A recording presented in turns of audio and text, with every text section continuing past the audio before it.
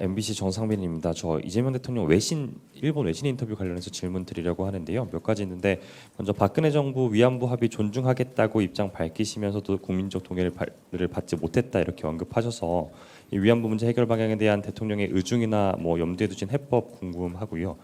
그리고 사과는 또 다친 마음이 치유될 때까지 해야 된다라고 말씀을 하셨는데 대통령께서 보시는 사과의 수준이나 예정하신 수준이랄 게 있을지 좀 궁금합니다. 또 마지막으로 김대중 오부치 선언을 잊고 넘어서는 한일 관계 만들고자 한다고 하셨는데 이번 정상회담에서 좀 어느 정도 진전된 결과물이 도출될 수 있을지도 가능한 범위에서 말씀을 주시면 감사하겠습니다. 네, 첫 번째 그 위안부 합의 내용에 대해서 말씀하신 그 요미우리 인터뷰의 내용 같은 경우는 8.15 경축사 부분과 좀 연동해서 보시면 되지 않을까 싶습니다.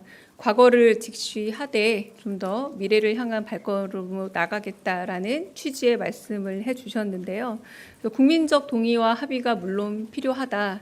그러나 앞으로의 한일 관계라는 부분은 과거의 문제를 덮는 게 아니라 직시하긴 하지만 그래도 미래지향적인 관계로 나아가는 방향이 될 것이다. 이 말과 연결되고 방금 여쭤보신 국민적 동의의 구체적인 과정에 대해서는 아직 그렇게 구체적으로 나눈 바는 없습니다.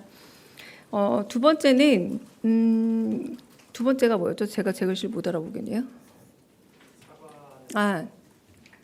이번에 저희가 과거를 직시하고 미래를 향해 나아간다라는 경축사를 했을 때 한편으로 이시바 총리는 또 반성이라는 표현을 쓰지 않았습니까? 반성과 저희가 끊임없이 요구했던 사과는 어느 정도 일맥상통한 면이 있습니다만 말씀하신 것처럼 이 부분은 국민적으로 충분하다고 여길 때까지라는 이런 전제가 달려있는 부분이기도 하고요. 그래서 그날 한편으로는 또 야스쿠니 신사에 공물을 헌납하는 일도 있었습니다. 이 부분에 있어서 공물 헌납과 물론 직접 가서 참배를 한 다른 강요들과는 다른 모습이었음에도 불구하고 반성이라는 말이 13년 만에 나온 매우 꽤 발전된 단어이긴 했습니다만 공물이라는 현실과 조금 어느 정도 희석되어서 국민들에게 전달된 바가 없지 않아 있기 때문에 이런 부분을 모두 고려하셔서 결국은 반성이나 사과라는 표현이 일회적이거나 혹은 국민적 합의가 완전히 이루어지기 전까지는 다 끝났다고 하기는 어렵다라는 국민적 정서를 전달했다라고 생각을 합니다.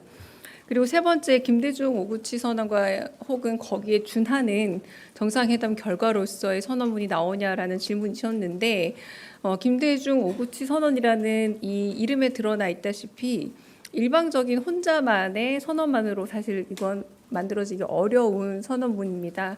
그런데 방금 전에 말씀드린 것처럼 양측의 경축사 내용들을 좀 보자면 어느 정도 이 부분에 대해서 조금 짐작할 수 있는 혹은 국민적으로는 좀 기대할 수 있는 부분이 있지 않을까라는 생각이 저도 좀 들고요.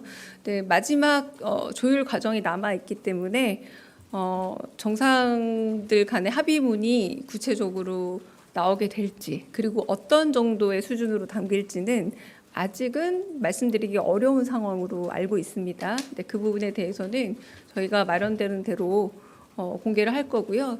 한편으로는 이는 김대중 오부치 선언 정도 수준으로 앞으로 그 한미일의 관계에 있어서의 한일 관계를 좀 더 실용적인 의미에서든 국익의 차원에서든 잘 개선해 나가 보겠다라고 하는 대통령의 의지가 담긴 워딩으로 봐주시면 좋겠고요.